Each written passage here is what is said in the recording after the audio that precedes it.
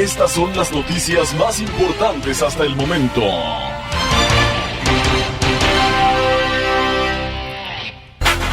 Hola, ¿qué tal? Muy buenos días, bienvenidos. Estamos ya a través de logosradio.com.mx y a través de Mágica FM desde San Cristóbal de las Casas, Chiapas, México, con nuestro resumen informativo de este martes. Es 15 de octubre 2024, festejando a Santa Teresa de Jesús.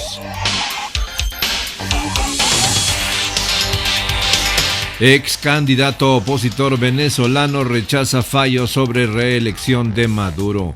El ex candidato presidencial Enrique Márquez criticó el lunes la negativa del Tribunal Supremo de Justicia, el TSJ de Venezuela, a revisar una sentencia que convalidó la reelección del presidente Nicolás Maduro, denunciada como un fraude por la oposición, y anunció un nuevo recurso legal. AFP en español tiene toda la información. El ex candidato presidencial Enrique Márquez criticó el lunes la negativa del Tribunal Supremo de Justicia de Venezuela de revisar el fallo que convalidó la reelección del presidente Nicolás Maduro. La Sala Constitucional del TSJ declaró el viernes como inadmisible un recurso introducido por el político opositor que pedía anular el fallo previo de la Sala Electoral de la máxima corte que avaló el triunfo de Maduro en los comicios del 28 de julio. Y nosotros queremos saber si la sentencia de la Sala Constitucional ratifica esa omisión de prueba. Y la omisión de prueba no es otra cosa, sino que la Sala Electoral ni la Constitucional podían decidir este tema sin contar los votos contenidos en las urnas electorales, porque es la prueba máxima. El Consejo Nacional Electoral proclamó a Maduro como ganador para un tercer mandato sin publicar un escrutinio detallado, al alegar que su sistema fue blanco de un ataque cibernético. El opositor presentó el recurso junto a una veintena de chavistas disidentes por considerar que el fallo tiene vicios de inconstitucionalidad. ¿En presencia de qué estamos? En presencia de unas instituciones que pueden hacer lo que les dé la gana y no muestran lo que hicieron, no muestran la sentencia, no muestran las decisiones, no muestran los resultados. Esto lo que habla es de un incumplimiento masivo de las responsabilidades institucionales. Márquez también anunció que presentará ante el Parlamento una propuesta de amnistía para liberar presos políticos. Más de 2.400 personas fueron detenidas en el marco de protestas tras la proclamación de Maduro, que dejaron 27 muertos, 2 de ellos militares. Las autoridades acusan de terroristas a los arrestados. Desde Israel, Líbano, las tropas de Netanyahu atacan una de las zonas más seguras del país. El ejército de Netanyahu expande sus ataques al norte del Líbano, así como continúa con los bombardeos en la Franja de Gaza. RTV Noticias nos cuenta. Era cerca de la 1:30 de la mañana cuando Israel atacó el campamento en el que se cobijan centenares de personas en torno al hospital de Al-Aqsa. Hemos tenido que caminar entre la gente quemada, hemos perdido familiares, dice una mujer superviviente cuando la luz del día ya permite ver el alcance del ataque en el que han muerto varios niños. Ves a alguien quemarse vivo ante tus ojos y no puedes hacer nada, se lamenta otro hombre, que cuenta que ha acabado aquí con su mujer y sus hijos después de desplazarse varias veces huyendo de los bombardeos. Israel defiende que ha llevado a cabo una operación precisa contra un centro de mando de Hamás.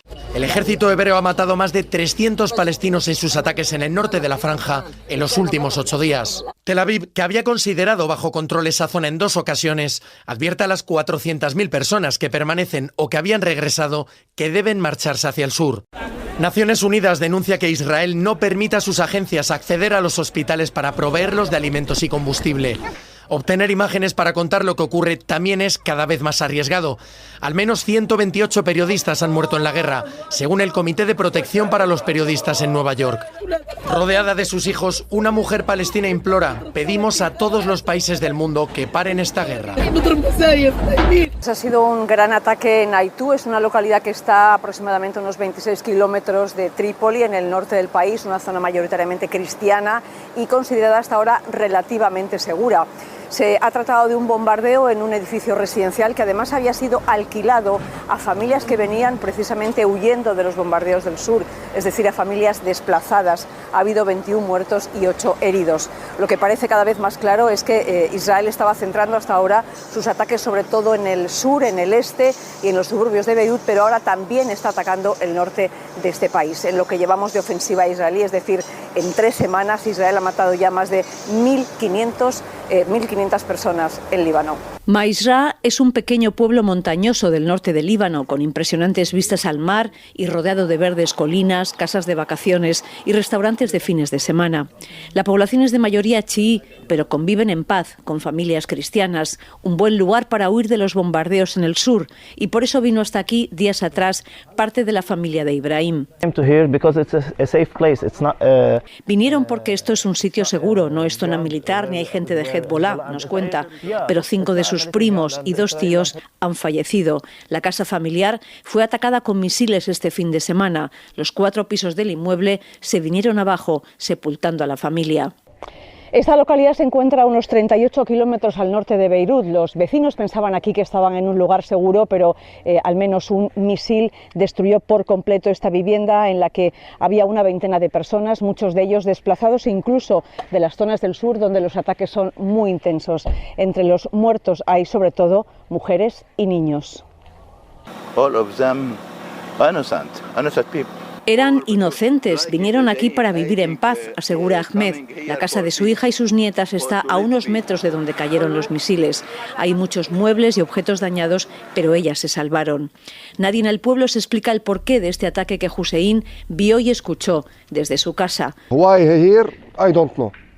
¿Por qué lo hicieron? No lo sé. Y luego añade, claro que me quedaré. ¿Dónde me voy a ir?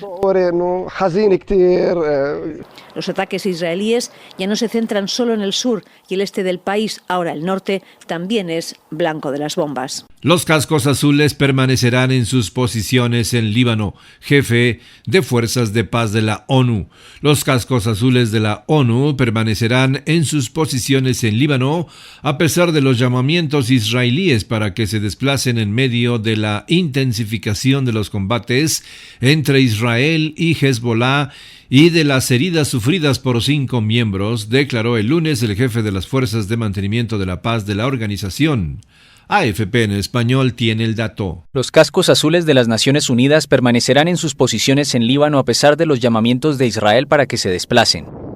Así lo declaró el lunes el jefe de las Fuerzas de Mantenimiento de la Paz de la ONU tras obtener el respaldo de los 15 países miembros del Consejo de Seguridad del organismo. Esta ha sido una decisión que se ha estudiado muy detenidamente basándonos en una serie de elementos y criterios. Por supuesto, la seguridad del personal de mantenimiento de la paz es una prioridad absoluta, pero hay otros elementos, y uno de ellos es la responsabilidad que tenemos y que tiene la FINUL con respecto al mandato que le otorgó el Consejo de Seguridad. La decisión ya había sido confirmada por el secretario general de la ONU, Antonio Guterres, a pesar del llamamiento del primer ministro de Israel, Benjamin Netanyahu, quien insistió en que es completamente falso que las fuerzas israelíes hayan atacado a la FINUL en zonas cercanas a la frontera con Líbano.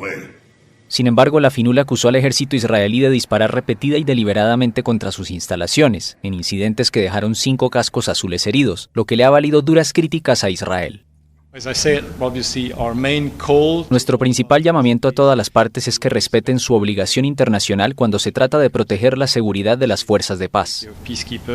En medio de la intensificación de los combates entre Israel y Hezbollah, Netanyahu reiteró el lunes que el movimiento libanés proiraní utiliza las instalaciones y las posiciones de la FINUL como cobertura para llevar a cabo sus ataques contra Israel. Según la resolución 1701 del Consejo de Seguridad, en el sur del Líbano solo deben desplegarse los cerca de 9.500 efectivos de la FINUL y el ejército libanés. En el año 2000, la FINUL estableció la línea azul, una franja de 120 kilómetros a lo largo del sur del Líbano para garantizar la retirada completa de las fuerzas israelíes. 6 detenidos en Bolivia por bloqueo de carreteras para evitar detención de Evo Morales. Al menos 6 personas fueron reportadas detenidas en Bolivia este lunes durante el primer día de bloqueos de carreteras por campesinos que protestan para evitar la probable detención de su líder, el exmandatario Evo Morales, confirmó a la AFP una fuente de la policía. La información con AFP en español. Al menos 6 personas, 5 hombres y una mujer, fueron reportadas detenidas el lunes en Bolivia. Los incidentes ocurrieron durante el primer día de bloqueos de carreteras por campesinos que protestan para evitar una probable aprehensión de su líder, el expresidente Evo Morales. El jueves pasado, el exmandatario, investigado por el presunto abuso de una menor cuando ejercía el poder, incumplió una citación de la Fiscalía del Departamento de Tarija para que diera su declaración, con lo que la autoridad podría ordenar su detención. Los manifestantes, que iniciaron la protesta por tiempo indefinido, bloquearon las rutas que comunican al departamento de Cochabamba, donde Morales pasa la mayor parte del tiempo, con las ciudades de Sucre y Santa Cruz. Morales, quien se convirtió en el primer indígena en gobernar Bolivia entre 2006 y 2019, está siendo investigado por los delitos penales de estupro, trata y tráfico de personas. El presunto abuso cometido por el exlíder cocalero se remonta a 2015, año en el que se involucró con una menor de 15 años con quien tuvo una hija en 2016, según la denuncia que indaga el Ministerio Público. El mayor opositor del gobierno de su exministro, Luis Arce, cataloga el caso como una mentira que ya investigó y archivó la justicia en 2020, sin que, según él, hallara nada en su contra. Nacionales. En información nacional, se anunciarán nuevas inversiones de Estados Unidos en México en CEO Dialog Sheinbaum. También en este encuentro se planteará la relocalización de empresas norteamericanas en México.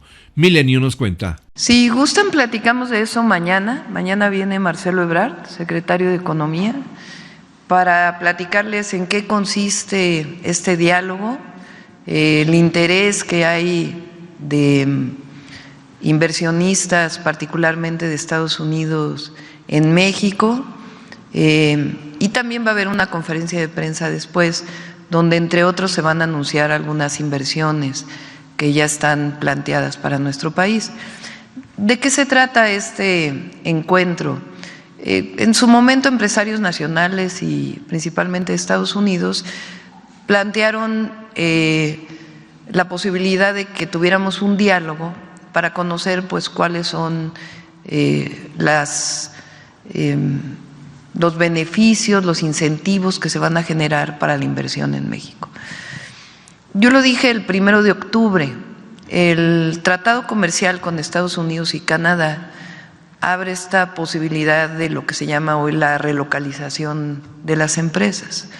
Muchas empresas estadounidenses que encuentran en México una oportunidad para invertir y a partir de la inversión poder exportar o incluso tener producción para el mercado nacional.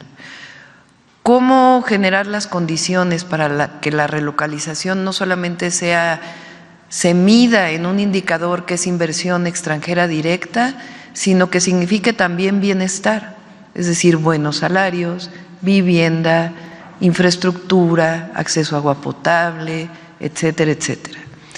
¿Y cuáles son las condiciones para que se den estas inversiones? Donde hay energía, va a haber energía eléctrica, donde hay agua. Entonces nosotros hemos desarrollado un programa que le llamamos de polos de bienestar, en donde la búsqueda es que se invierta, las empresas que tienen demanda de agua, pues que inviertan en el país, en donde hay acceso a agua, que se generen las condiciones de reciclamiento y al mismo tiempo que se siga cumpliendo con seguir aumentando los salarios en el país y que las viviendas que vamos a construir estén asociadas también a estos polos de desarrollo, polos de bienestar. Todo eso es el objetivo de platicarlo el día de mañana. Decía, el 1 de octubre yo planteé que entre nosotros no hay competencia, esa es la virtud del tratado. No es que México compita con Estados Unidos y esté quitando inversiones a Estados Unidos, sino que nos complementamos en este tratado comercial que permite que haya inversiones en México, en Estados Unidos y en Canadá. Conoce el costo que tendrán las viviendas que Claudia Sheinbaum anunció para los jóvenes. Claudia Sheinbaum Pardo indicó que el objetivo es que las personas tengan vivienda de bajo costo para que las familias mexicanas y principalmente las y los jóvenes tengan acceso. El Universal nos informa. La presidenta Claudia Sheinbaum Pardo presentó este lunes 14 de octubre su programa de vivienda popular, con el cual pretende construir cerca de 1 millón de viviendas de bajo costo, con las intenciones de beneficiar a las familias mexicanas, pero principalmente, según sus palabras, a los jóvenes. En su conferencia mañanera en Palacio Nacional, Sheinbaum Pardo puntualizó el costo que tendrían las viviendas y las medidas que utilizarán para llevar a cabo el proyecto, destacando que los terrenos para construir la primera parte de las casas serán de la reserva territorial del propio gobierno y los gobiernos estatales, o en su mayor caso, ellos se comprometían a comprar el suelo, por lo que adelantó que la Secretaría de Desarrollo Agrario, Territorial y Urbano, en conjunto con el Instituto del Fondo Nacional de la Vivienda para los Trabajadores, ya están revisando cuáles son las reservas territoriales que quedan cerca de las zonas urbanas para el comienzo del proyecto. Pero ante todo esto, ¿cuánto costará cada vivienda y qué medida tendrá? Según lo previsto por la mandataria federal, los precios estarían rondando entre los 700,000 hasta 1,200,000 pesos y tendrán un espacio de 60 metros cuadrados, enfatizando en que si son un poco menores, podrían funcionar para los estudiantes, ya que se busca cumplir sus necesidades básicas de cada uno. Finalmente, Rodrigo Chávez, director de la Comisión Nacional de Vivienda, aseguró que en el sexenio se construirán cerca de 500,000 viviendas nuevas con una inversión de 285,000 millones de pesos, además de la mejora de 300,000 viviendas con 15,000 millones de pesos, y destacó el programa de viviendas en renta para jóvenes de entre 18 y 30 años de edad en unidades habitacionales cercanas a centros educativos y zonas industriales, refiriendo que es a una temporalidad de 5 años, pero que podrían ampliarse 1 o 2 años más.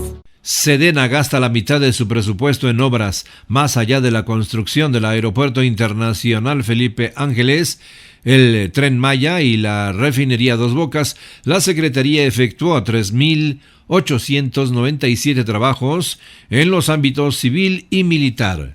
El Universal nos informa. La Secretaría de la Defensa Nacional destinó 49.7% de sus recursos a la construcción de obras durante toda la administración de Andrés Manuel López Obrador. En los 6 años del gobierno del tabasqueño, la Sedena tuvo un presupuesto etiquetado por más de 775,716 millones de pesos. De 2019 a 2024 se destinaron 385,532 millones a la construcción de 3,897 obras. A lo largo de este sexenio, el Ejército Mexicano no solo estuvo a cargo de la edificación del Aeropuerto Internacional Felipe Ángeles, las sucursales del Banco del Bienestar, el Tren Maya, la refinería Dos Bocas y otras grandes obras del expresidente López Obrador, sino que también se encargó de construir, reparar y remodelar miles de obras del gobierno federal y entidades federativas, entre las que destacan parques, hospitales, hoteles, escuelas, la remodelación del helipuerto en Palacio Nacional y hasta la rehabilitación de una cancha de béisbol. Así lo revelan 3,897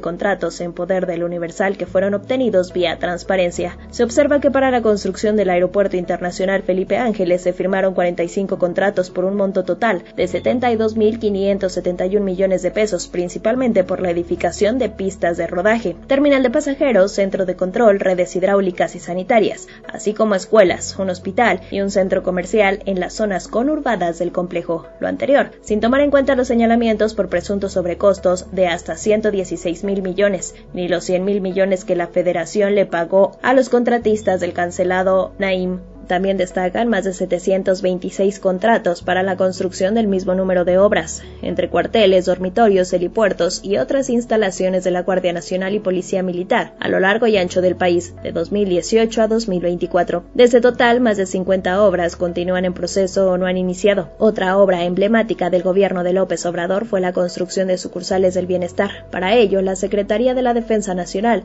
emitió 2,750 contratos para la instalación del mismo número de sedes. En total, se invirtieron 10,592 millones de pesos. Para el Tren Maya y obras conectadas a ese proyecto, la Sedena reportó 56 contratos, que van de agosto de 2022 a septiembre de 2024, varias de ellas aún en proceso. Destaca la construcción de los tramos 5, 6 y 7 que comprenden Playa del Carmen, Chetumal, Bacalar en Quintana Roo, así como Escárcega en Campeche, además de caminos alternos, terminales de pasajeros, una base aérea militar, el aeropuerto de Tulum, cuarteles de seguridad y un complejo de hoteles turísticos. Para ese fin se derogaron 162.764 millones de pesos. El gobierno federal ha reconocido que el costo total del Tren Maya superó los 340.000 millones de pesos, mientras que investigaciones señalan que son 500.000 millones. Pero la Sedena no solo se ocupó de las obras prioritarias del Ejecutivo, también gastó 4.020 millones de pesos en construir y remodelar hospitales de Puebla, Estado de México y Ciudad de México. Apoyó a la Conagua en la rehabilitación de acueductos, construcción de canales y rehabilitación de plantas de tratamiento de aguas negras. Apoyó al gobierno capitalino en la construcción de un hospital en Coajimalpa y construyó un regimiento de caballería motorizada en Sonora. Llegan más militares a Sinaloa, refuerzan seguridad con más de 650 elementos del Ejército y Guardia Nacional, ante un repunte de violencia que deja 217 asesinatos en 35 días. Las autoridades implementan estrategias de prevención y vigilancia en áreas comerciales y educativas. El Universal nos cuenta. Una fuerza de más de 650 elementos del Ejército, Fuerzas Especiales y de la Guardia Nacional, dotados de vehículos artillados y de fuerte blindaje, llegaron a la capital de Sinaloa en un periodo de 4 días para fortalecer la prevención, inhibir a los grupos delictivos y desarrollar tareas de inteligencia e investigación. Los 4 contingentes que llegaron por separado entre el jueves y el domingo pasado forman parte de las estrategias definidas en la reunión, celebrada el martes pasado con el secretario de la Defensa Nacional, el general Ricardo Treviño Trejo, y del secretario de Seguridad, Omar García Harfuch, además del gobernador del estado, Rubén Rocha Moya. La Secretaría de Seguridad Pública del estado dio a conocer que el personal militar y de la Guardia Nacional se sumarán a las acciones que se han desplegado con las autoridades estatales tanto en la vigilancia del área comercial, planteles educativos, espacios de celebración de eventos masivos e inhibición de los delitos y grupos delictivos. Según los registros, a lo largo de los 35 días de extrema violencia que se ha vivido en los municipios de Culiacán, Concordia, Elota, San Ignacio y El Rosario, con un saldo de 217 personas asesinadas y 235 privadas de su libertad. El sector privado reclama acciones más contundentes para frenar la violencia, los robos y los saqueos. Estatales.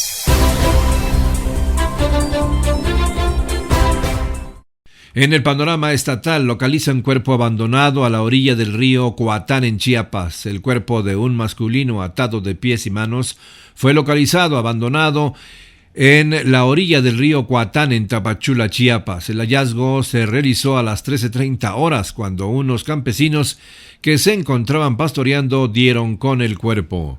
Milenio tiene la información. ¿Qué tal? Muy buenas tardes. Así es, el cuerpo de un masculino pues también estaba atado de pies y manos y fue localizado este lunes el cuerpo de una persona del sexo masculino sin vida a mitad del río Coatán en la colonia El Arenal, municipio de Tapachula, Chiapas. El hallazgo se realizó al filo de las 13:30 horas cuando unos campesinos que se encontraban pastoreando ganado en la zona observaron el bulto que se encontraba junto a las piedras del río, por lo que dieron aviso de inmediato a los cuerpos de emergencia. Al lugar acudieron elementos de la Policía Estatal, Fronteriza y Municipal, así como el Grupo Pandilla, servicios periciales de la Fiscalía General del Estado y paramédicos del Club de Auxilio y Rescate de Chiapas, quienes realizaron el acordonamiento del área y el levantamiento del cuerpo, para luego ser trasladado al servicio médico forense en la colonia Álvaro Obregón, municipio de Tapachula. Asimismo, decirte que las autoridades pues indicaron que el cuerpo aún permanece en calidad de desconocido, por lo que ya iniciaron las investigaciones correspondientes del caso y será en las próximas horas cuando pues den a conocer mayores detalles de este hallazgo. Este es el reporte. Y desde Frontera Hidalgo, Chiapas, el cuerpo sin vida de un hombre fue encontrado en una calle inominada, esquina con calle La Bajada, en el barrio El Arenal, colonia Ignacio Zaragoza.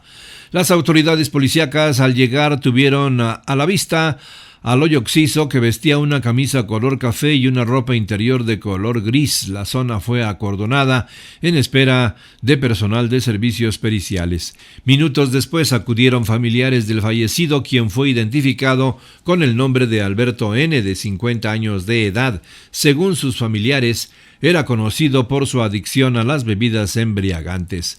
Mientras tanto, personal de servicios periciales realizó el levantamiento del cadáver. Esto tras concluir concluir las diligencias correspondientes. Posteriormente, el cuerpo fue trasladado al servicio médico forense en el ejido Álvaro Obregón, en la ciudad de Tapachula, donde se le practicará la necropsia de ley para establecer con precisión la causa de muerte.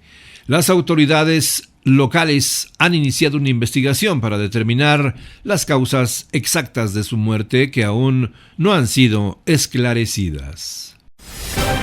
Locales.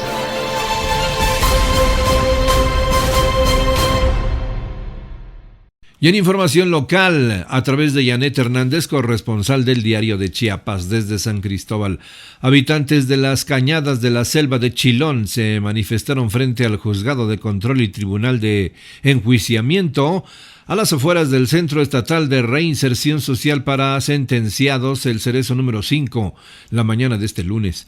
En el marco de la jornada de lucha por el Día de la Resistencia Indígena, los manifestantes exigieron el fin de la criminalización de los defensores del territorio y la liberación de 3 presos políticos celtales: Juan Carlos Guillén Moreno, Francisca Silvano Zaragos y Marcos Díaz Hernández. Los inconformes indicaron que Juan Carlos Guillén Moreno, campesino indígena celtal y miembro activo del Frente Popular Revolucionario, fue detenido el 9 de octubre de 2024 mientras acompañaba a su padre a una audiencia en el Tribunal Unitario Agrario.